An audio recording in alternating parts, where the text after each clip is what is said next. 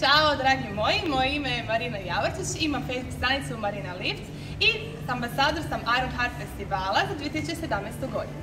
Pa evo, ovim putem želim vas i pozvati na ovaj odličan događaj.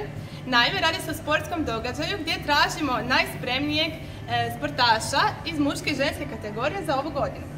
2. i 3. rujan biti će vrijeme kada će se održati ovaj festival i to u Life Class termama Sveti Martin. Nagradni fond je 70.000 kuna.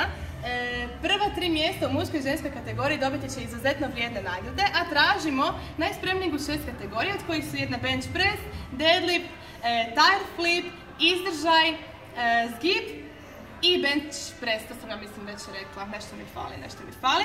Uglavnom, svakako odite na ironheartfestival.com stranicu i prijavite se. Malo pregledajte koje su kategorije, pogledajte koje su vaše mane, koje su vaše prednosti. Ukoliko ste možda već jaki, možda poradite na eksplozivnosti i kondiciju. Ukoliko možda imate i kondiciju i eksplozivnost, poradite na vašoj jakosti. U svakom slučaju imate vremena do 3.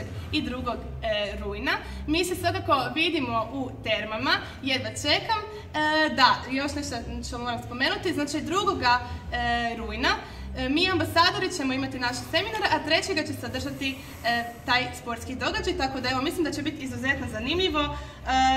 Terme su prekrasne, sadržaja je mnogo, sponzori su odlični, ovim putem moram pozdraviti MyProtein, čiji sam također ambasador, tako da evo, vidimo se. Ukoliko imate ikakvih pitanja, slobodno kontaktirajte nas ambasadora i posjetite Facebook stranicu Iron Heart festivala i samu stranicu. Šaljem velike puse, vidimo se, čao!